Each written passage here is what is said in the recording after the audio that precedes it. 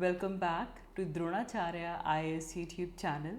You're watching Daily Current Analysis covering 6 June 2022. इस video lecture में हम आज के इम्पॉर्टेंट करंट अफेयर्स डिस्कस करेंगे. We'll talk about electronic waste management rules. So recently Environment Ministry ने कुछ draft electronic waste management rules release किए हैं. What are these? इसी डिटेल में समझेंगे. Then we'll talk about D2M technology. Direct to mobile technology क्या है? What is D2M technology? That we are going to discuss in this video. This topic is important from science and technology point of view. And then we'll see the International Telecommunication Union. So India is contesting for re-election in the International Telecommunication Union. We will understand what is it. So let's begin with it. तो आज का हमारा पहला news article electronic waste management rules से रिलेटेड है. Therefore it becomes important from biodiversity and environment point of view. GS paper 3 mains point of view से भी ये टॉपिक important है. So electronic waste management rules, they are in news because recently Union Environment Ministry has unveiled a draft of electronic waste management rules. Electronic waste को किस तरह manage करना है इसे लेकर एक ड्राफ्ट रूल्स अभी मिनिस्ट्री ऑफ एनवायरनमेंट ने अनवील किए हैं. तो इस वीडियो लेक्चर में एनवायरनमेंट वेस्ट को पूरा डिटेल में समझेंगे. नाउ इससे पहले कि हम बात करें कि क्या रूल्स हैं ई वेस्ट मैनेजमेंट के, नए ड्राफ्ट रूल्स क्या आए हैं, I would like to begin it from what is electronic waste. E-waste है क्या? तो जब हम इलेक्ट्रॉनिक वेस्ट टर्म यूज़ करते हैं that is to describe old end of life और डिस्कार्डेड इलेक्ट्रॉनिक अप्लायंसेस. कोई ओल्ड इलेक्ट्रॉनिक अप्लायंस, कोई ऐसा अप्लायंस जिसे डिस्कार्ड कर दिया गया है, या फिर एंड ऑफ लाइफ जिसकी लाइफ ख़त्म हो गई है. These kind of waste are called as electronic waste. Electronic waste को वैसे 21 टाइप्स में क्लासीफाई किया जा सकता है, बट इनको हम 2 ब्रॉड कैटेगरीज में समझेंगे. One is information technology and communication equipment and second one is consumer electrical and electronics. ये 2 ब्रॉड कैटेगरीज हैं. कुल मिलाकर 21 टाइप्स में इलेक्ट्रॉनिक वेस्ट को क्लासीफाई कैटेगराइज किया जा सकता है. एक इम्पॉर्टेंट चीज़ याद रखेंगे कि if you talk about globe as well as India's phenomena, so electronic waste, e waste, it is the fastest growing stream of waste. दुनिया भर में, इंडिया में भी ई वेस्ट का जो इशू है, e waste is the fastest growing stream of waste. अब इसे लेकर हमारे पास डिफरेंट डाटाज आते हैं.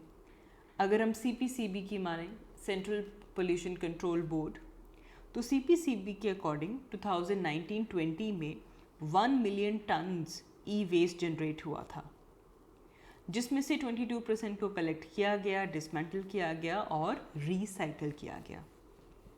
लेकिन अगर हम यहीं पे the global e waste monitor report की बात करें तो they say that in India 3 million tons of electronic waste was created और जनरेटेड. तो जो सेंटर की एस्टिमेशन है उससे 3 टाइम्स ज़्यादा estimation global e waste monitor के थ्रू की गई है. नाउ टॉपिक आज का क्या है? Electronic waste management. लेकिन इससे पहले कि हम देखें कि भाई इलेक्ट्रॉनिक वेस्ट को मैनेज किस तरह करना है, सबसे पहले समझना होगा what are the impacts of e waste, ताकि हमें इस पूरे इशू का असल में ये किस चीज़ से डील कर रहा है, इसकी ग्रेविटी समझ में आए. तो सबसे पहले हमने जान लिया कि ई वेस्ट क्या है. अब हमें पता होना चाहिए कि ई वेस्ट के इम्पैक्ट्स क्या हैं. सबसे पहले अगर हम इन्वायरमेंटल इम्पैक्ट लेकर चलें, इलेक्ट्रॉनिक वेस्ट का इन्वायरमेंट के ऊपर इम्पैक्ट क्या है, तो यहाँ पे बड़ा फैक्टर आता है ground water pollution. They could be acidification of soil also.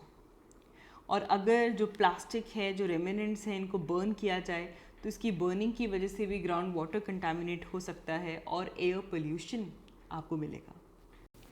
तो e waste environment point of view से भी काफ़ी हज़ारस है। यहीं पे अगर हम हेल्थ की बात करें तो some of the major health effects include serious illness, lung cancer, respiratory problems, bronchitis, brain damage. ऐसी सीरियस इलनेस हो सकती हैं due to inhalation of the toxic fumes जो इलेक्ट्रॉनिक वेस्ट से आ रहे हैं, या फिर the exposure to the heavy metals also. तो काफ़ी सीरियस हेल्थ इश्यूज भी हो सकते हैं इलेक्ट्रॉनिक वेस्ट की वजह से।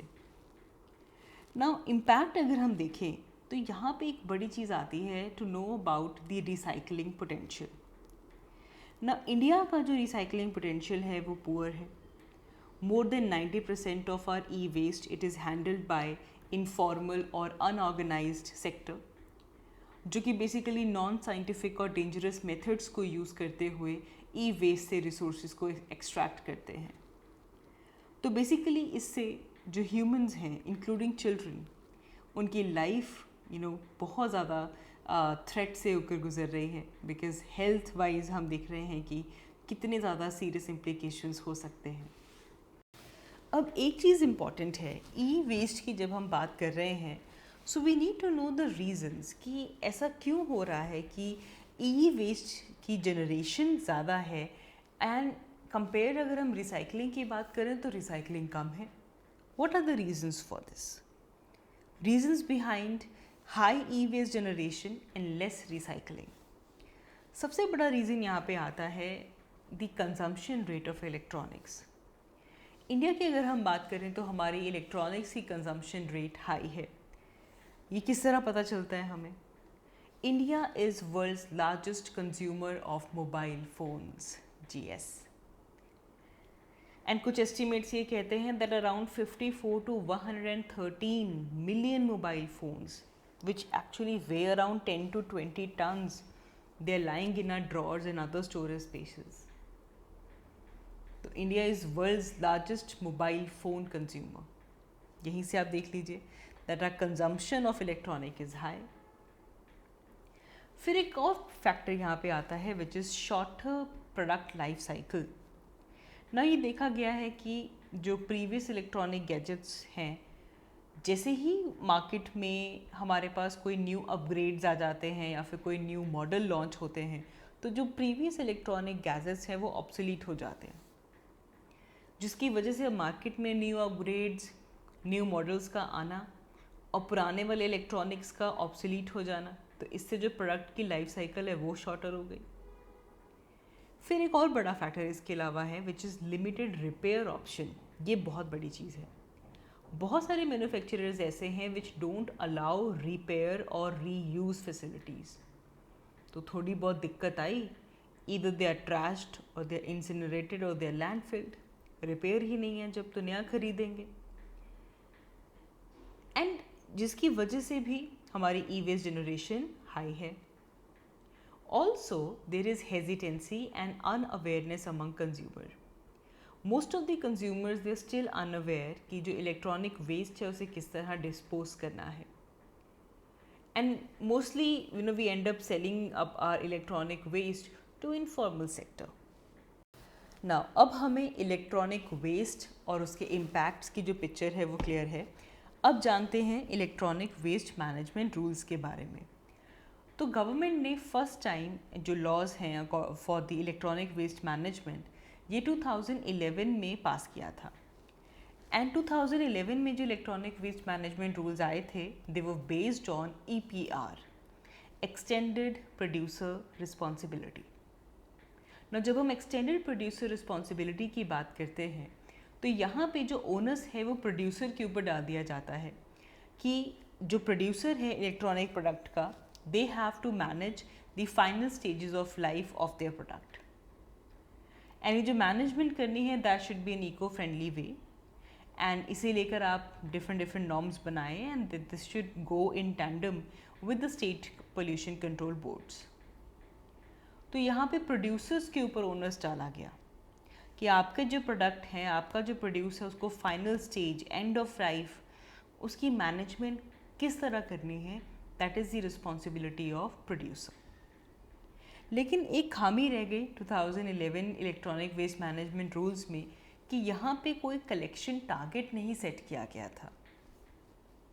तो EPR एक्सटेंडेड प्रोड्यूसर रिस्पॉन्सिबिलिटी मतलब अगर कोई भी रिटेलर है, उन्होंने आपका प्रोडक्ट लिया, कंज्यूमर ने उसने कंज्यूमर को बेचा, कंज्यूमर ने उसे बाय किया, यूज़ किया, रिफ़िल किया, कंज्यूमर इसको यूज़ करता जा रहा है, ultimately consumer has discarded it responsibly कि भाई इसको रिसाइकलिंग करवानी है।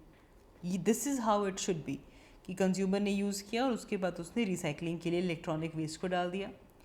मटेरियल शुड बी कलेक्टेड, ठीक है, and then it should be sorted up, फिर उसकी रीप्रोसेसिंग की जाए और रिसाइकल मटेरियल को दोबारा यूज़ किया जाए बाय द प्रोड्यूसर और by the brand, and again it should come back into the market. This is the recycling. And यहाँ पे जो ओनस है वो किसके ऊपर डाल दिया गया है? प्रोड्यूसर के ऊपर डाल दिया गया है, जिसे हम कहते हैं एक्सटेंडेड प्रोड्यूसर रिस्पॉन्सिबिलिटी। अब जैसा कि हमने देखा कि जो 2011 के जो रूल्स थे उसमें कोई भी टारगेट सेट नहीं किया गया था। देयरफॉर 2016 में जो ई वेस्ट मैनेजमेंट रूल्स हैं इनको फर्दर स्ट्रेंथन अप किया गया। 2016 के अंदर जो एक्सटेंडेड प्रोड्यूसर रिस्पॉन्सिबिलिटी थी इसको स्ट्रेंथन अप किया गया ताकि जो ग्लोबल बेस्ट प्रैक्टिसेस हैं वो इंश्योर हो सके, ताकि जो भी इलेक्ट्रॉनिक प्रोडक्ट्स हैं उनकी एंड ऑफ लाइफ जो है वो अच्छे से टैकल हो सके। एंड देयरफॉर 2016 में एक न्यू अरेंजमेंट इंट्रोड्यूस किया गया जिसका एम था to strengthen the extended producer responsibility further. ये न्यू अरेंजमेंट था producer responsibility organization, PRO। Producer responsibility organization को लॉन्च किया गया जिससे कि जो एक्सटेंडेड प्रोड्यूसर रिस्पॉन्सिबिलिटी है वो स्ट्रेंथन अप हो।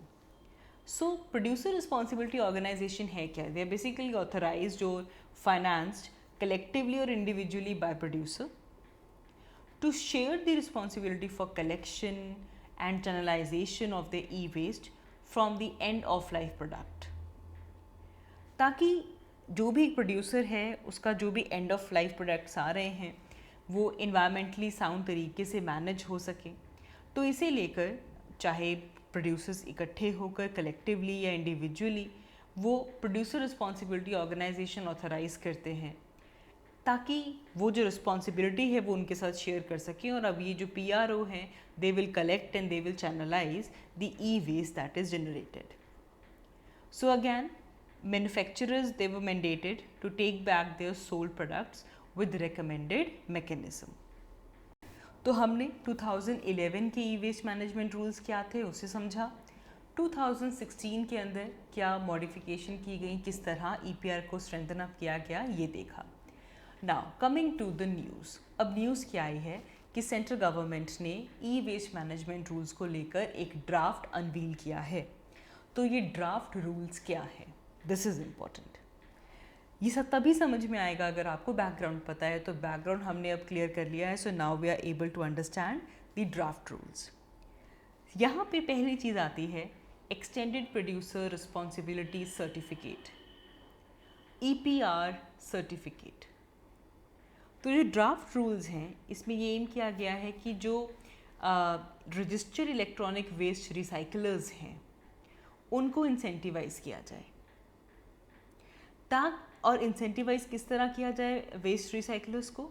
By introducing the EPR certificate.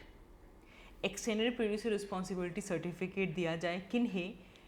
Registered electronic waste recyclers को।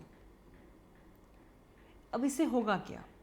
रजिस्टर्ड इलेक्ट्रॉनिक वेस्ट रिसाइकलर्स को इंसेंटिवाइज करके होगा क्या, इस चीज़ को समझो। तो जो रिसाइकलर्स हैं जब उन्होंने कुछ सर्टेन क्वांटिटी ऑफ वेस्ट को रिसाइकल किया तो उनको ये सर्टिफिकेट दिया जाएगा जो कि जिसको वेरीफाई करेगा CPCB कि भाई इन रिसाइकलर्स ने इतना वेस्ट जो है वो रिसाइकल कर दिया। एंड नाउ जो इलेक्ट्रॉनिक गुड कंपनीज़ हैं वो ये सर्टिफिकेट्स ऑनलाइन बाय कर सकती हैं from CPCB to meet their annual target. अब जो इलेक्ट्रॉनिक गुड्स कंपनी है उनको एनुअल टारगेट्स दिए जाएंगे कि आपको इतना % रिसाइकल करना है।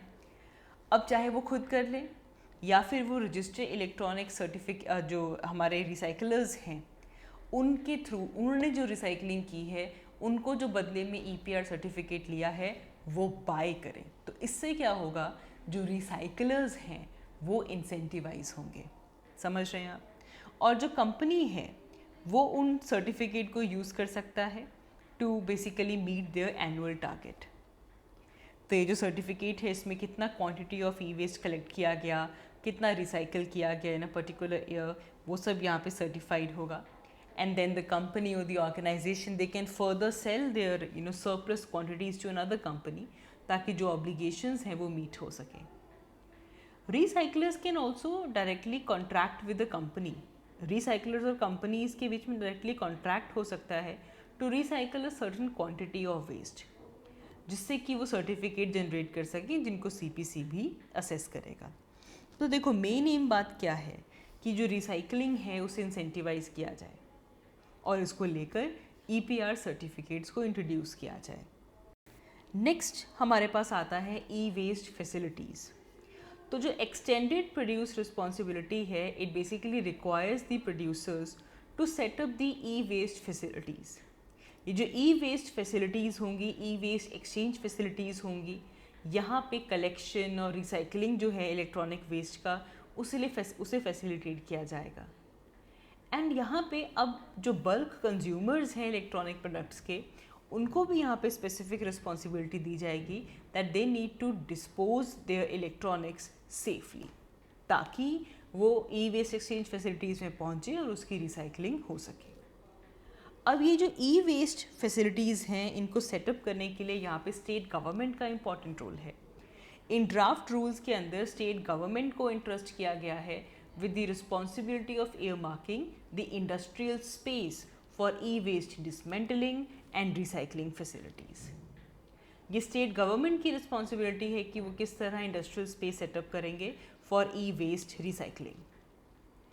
इसके साथ साथ जो इंडस्ट्रियल स्किल डेवलपमेंट है वो स्टेट गवर्नमेंट की जिम्मेवारी है। स्किल डेवलपमेंट हो इस फील्ड के अंदर, ताकि again electronic waste recycling promote हो। And also to establish the measures for the protection of health and safety of the workers. ऐसे वर्कर्स जो कि डिसमेंटलिंग में, रिसाइकलिंग में इंगेज्ड हैं when it comes to e waste, तो उनको लेकर उनकी हेल्थ को प्रोटेक्ट करने के लिए, उनकी सेफ्टी के लिए मेजर्स इस्टेब्लिश करना भी स्टेट गवर्नमेंट का रोल है। इसी के साथ साथ जो ड्राफ्ट रूल्स आए हैं इसमें wide range of electronic goods को मेंशन किया गया है।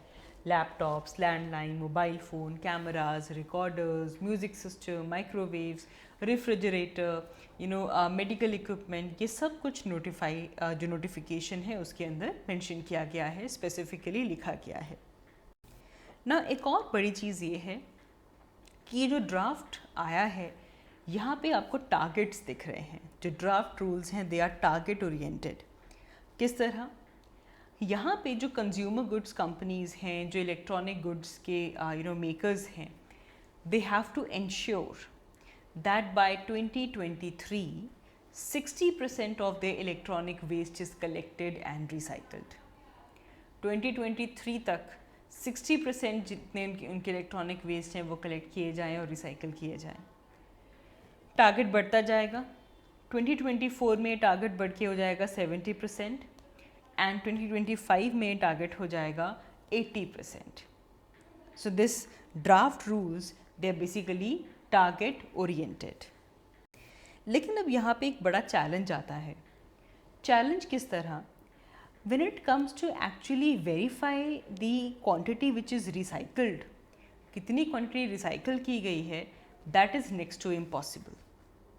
बिकॉज ये जो डाटाज हैं कि कितना इलेक्ट्रॉनिक गुड्स हर एक साल, कितने गुड्स सोल्ड हुए, कितना ई वेस्ट जनरेट हुआ, कितना रिसाइकल हुआ, that is not available in public domain, जिसकी वजह से एक्चुअली कितनी क्वांटिटी रिसाइकल हुई है इसे वेरीफाई करना, असेस करना मुश्किल है।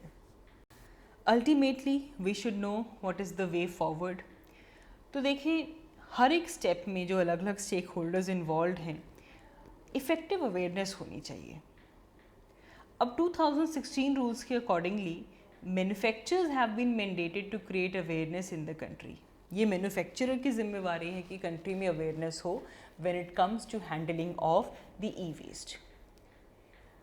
इसे लेकर ई वेस्ट प्रोग्राम भी है, ministry of electronics and information technology, IT ministry ने ये अवेयरनेस प्रोग्राम शुरू किया है अंडर डिजिटल इंडिया इनिशिएटिव, जिसका एम यही है कि पब्लिक के अंदर अवेयरनेस लाई जाए कि किस तरह जो ई वेस्ट है वो हज़ार्डस है और इसकी रिसाइकलिंग जो अनऑर्गेनाइज सेक्टर में होती है उसके क्या हज़ार्ड्स हैं, to educate the people that how what are the alternate methods जिसके थ्रू जो ई वेस्ट है उसको डिस्पोज किया जा सकता है। इस अवेयरनेस प्रोग्राम में स्ट्रेस दिया जाता है कि ऐसे इन्वायरमेंट फ्रेंडली चीज़ें अडॉप्ट की जाएं जिससे कि फ्रेंडली वे में e waste recycling practice country के अंदर शुरू हो। यहाँ पे इवन जनरल पब्लिक को इनकरेज किया गया है in Swachh digital Bharat, Swachh digital Bharat, that is basically by giving their e waste to the authorized resellers only. And this program has also adopted the best practices for e-waste recycling which is available globally, ताकि जो sector है वहाँ पे jobs generate हो सके और हमारी population के लिए एक वाइबल बिजनेस प्रॉस्पेक्ट भी जनरेट हो। तो पहला बड़ा वे फॉरवर्ड तो यही है कि इफ़ेक्टिव अवेयरनेस आए। नाउ रूल्स बहुत अच्छा है लेकिन इनकी इम्प्लीमेंटेशन की ज़रूरत है, so we need strict implementation of the rules. साथ ही में जो रिक्वायर्ड स्किल सेट है उसे ट्रेनिंग चाहिए उसको लेकर। हमें जो इनफॉर्मल सेक्टर जो कि इस वक्त इन्वॉल्व है when it comes to recycling of the electronic waste, उनको अफोर्डेबल टेक्नोलॉजी पहुंचानी चाहिए and this could be the game changer. Informal sector को जब टेक्नोलॉजी मिल जाए, इससे इनफॉर्मल सेक्टर को आप अपग्रेड कर रहे हैं to reach the environmentally acceptable operation which is right now missing, but it is not part of the rule right now. इस पर्टिकुलर लिंक को मिस नहीं करना चाहिए। The role of informal sector and how we can use the informal sector's potential when it comes to recycling, that is very important. So I hope this topic is clear to you all. The e-waste management rules, draft rules. आगे बढ़ते हैं। हमारा next news article science and technology point of view से important है। It is about direct to mobile technology. ये खास है D2M, direct to mobile technology. अच्छा जी, सो डिपार्टमेंट ऑफ टेलीकम्युनिकेशन और इंडिया का जो हमारा पब्लिक सर्विस ब्रॉडकास्टर है Prasar Bharati, they are exploring this option, they are exploring the feasibility of D2M technology. अब D2M टेक्नोलॉजी है क्या? वेल, इस टेक्नोलॉजी के थ्रू आप वीडियोज़ या फिर कोई और मल्टीमीडिया जो कंटेंट है आप उसे डायरेक्टली ब्रॉडकास्ट कर सकते हैं to the mobile phone, and इससे देखने के लिए you will not even need active internet connection. Yes, तभी हम कह रहे हैं डायरेक्ट टू मोबाइल। इसीलिए आप देखो कि कौन कौन सी दो जो ऑर्गेनाइजेशंस हैं वो जुड़ी हुई हैं, department of telecommunication and Prasar Bharati. They are checking, they are exploring the feasibility of this D2M technology, ताकि जो वीडियोज़ हैं, जो बाकी मल्टीमीडिया कंटेंट है वो डायरेक्टली मोबाइल फ़ोन के ऊपर ब्रॉडकास्ट हो सके और इसके लिए इंटरनेट कनेक्शन की ज़रूरत ना पड़े। This is what we mean by D2M, direct to mobile technology. So detail में अगर हम देखें तो डायरेक्ट टू मोबाइल टेक्नोलॉजी किसके ऊपर बेस्ड है? It is important, it is based on single thing, the convergence of broadband and broadcast. Broadband और broadcast को कन्वर्ज कर दीजिए basically by using mobile phones that can receive the terrestrial digital TV. अब ये किस तरह होगा? It would be just like जैसे हम FM रेडियो सुनते हैं हमारे फ़ोन के ऊपर, तो रिसीवर अपने फ़ोन के ऊपर रेडियो फ्रीक्वेंसीज को टैप करता है and we listen to FM radio. Similarly broadband और ब्रॉडकास्ट को कन्वर्ज किया जाए और मोबाइल फ़ोन के ऊपर ये मल्टीमीडिया वीडियोस देखी जा सकें, सीधा ब्रॉडकास्ट किए जा सकें without active internet. It basically promises to improve the consumption of broadband and utilization of spectrum.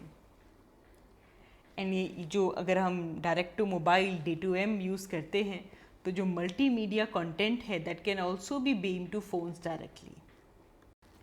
अब इसका यूजेज क्या होगा? See it can be possibly used to directly broadcast the content, जैसे कि सिटीजन सेंट्रिक इन्फॉर्मेशन से related जो भी content है वो डायरेक्टली ब्रॉडकास्ट किया जा सके। It can also be use to counter fake news. Fake news के केस में से यूज़ किया जा सकता है। अच्छा, to issue emergency alert you can use D2M, and this can also offer assistance in disaster management। जिस टाइम पे इंटरनेट अवेलेबल नहीं है और D2M टेक्नोलॉजी से आप fake news, emergency alerts, disaster management में इसको यूज़ कर सकते हैं, many others. It can also be use to broadcast live news, sports on mobile phone. Now D2M technology के अगर हम इम्पैक्ट देखें, so now the consumers would be able to access the multimedia content from video on demand or over the top OTT content platform without exhausting their mobile data, and most importantly at a very nominal rate। अब consumers अपना multimedia content access कर सकते हैं D2M के through, चाहे वो video on demand हो, चाहे वो OTT प्लेटफॉर्म के ऊपर हो, एंड इसके लिए अब उनको मोबाइल डाटा एग्जॉस्ट करने की ज़रूरत नहीं है। रैदर बहुत ही नॉमिनल प्राइसेस पे, नॉमिनल रेट पे ये कंज्यूमर्स इस कंटेंट को अवेल कर सकते हैं। The technology will also allow people from rural area जहाँ पे लिमिटेड एक्सेस, लिमिटेड है या फिर है ही नहीं, they can also watch video content. Also, if we talk about businesses, it can enable the telecom service providers to offload the video traffic from their mobile network onto the broadcast network। तो इससे जो mobile spectrum है, जो उसके ऊपर congestion हुई है, वो उसकी डीकंजेशन आपको देखने के लिए मिल पाएगी। एंड इससे जो मोबाइल स्पेक्ट्रम है उसकी जो यूजेज है वो इम्प्रूव होगी। थोड़ी बैंडविड्थ जो है वो फ्री अप होगी, which will help to reduce the call drops and this will increase the data speed. But yes, there are challenges, bringing the stake holders like mobile operators on board.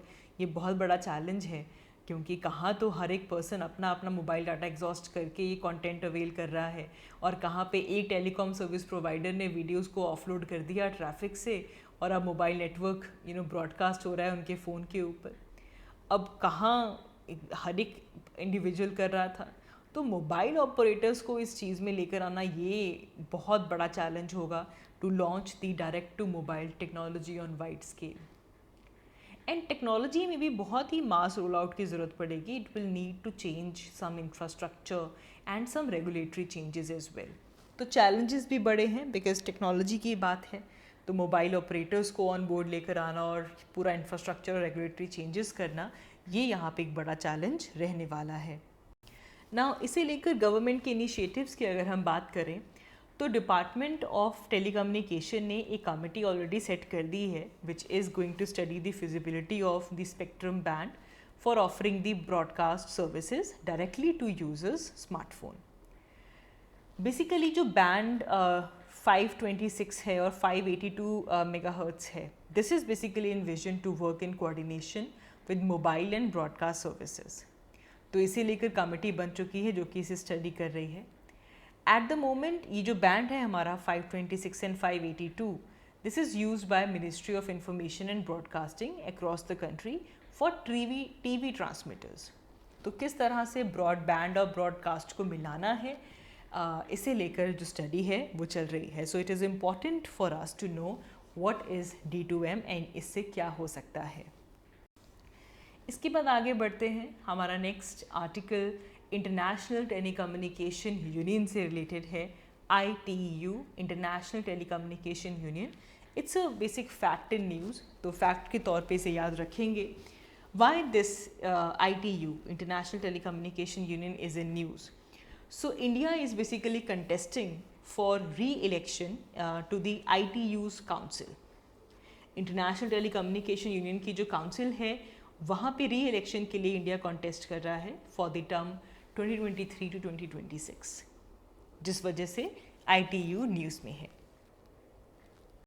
Now अगर हम international telecommunication union की बात करें तो India इसका member 1869 से ही है।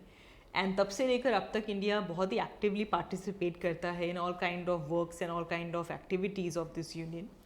And it has been contributing to the fullest possible extent in the growth and development of telecom and ICT for the benefit of global community. तो इंडिया इस union का इस पर्पस से बहुत पहले से जुड़ा हुआ है और अब इंडिया ITU की जो काउंसिल है उसमें री इलेक्शन के लिए कॉन्टेस्ट कर रहा है.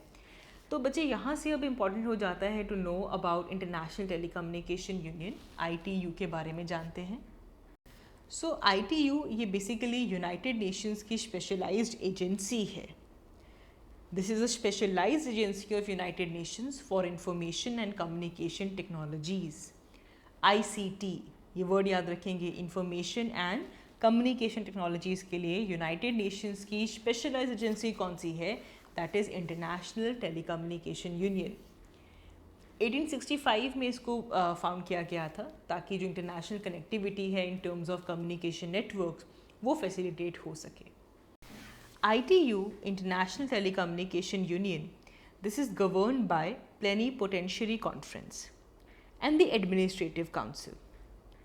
ITU इंटरनेशनल टेलीकम्युनिकेशन यूनियन का जो प्लेनीपोटेंशियरी कॉन्फ्रेंस है that is the supreme organ of this body.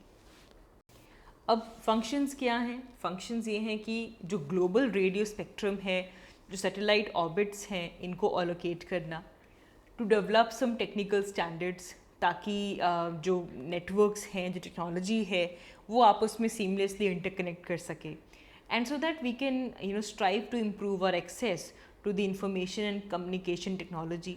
Specially वो एरियाज़ जो कि अंडर सर्व्ड कम्युनिटीज़ हैं वहाँ तक जो कनेक्टिविटी, जो कनेक्शन टेक्नोलॉजीज़ हैं, इंफॉर्मेशन कम्युनिकेशन टेक्नोलॉजीज़ हैं वो वहाँ तक पहुँच सके. इसका एम यही है. It is committed to connecting all the world's people wherever they are, whatever their means are, उनको आपस में कनेक्ट करना. Telecommunication, International telecommunication Union. So that is all for this video. Thank you so much for watching. I will see you all in my next one.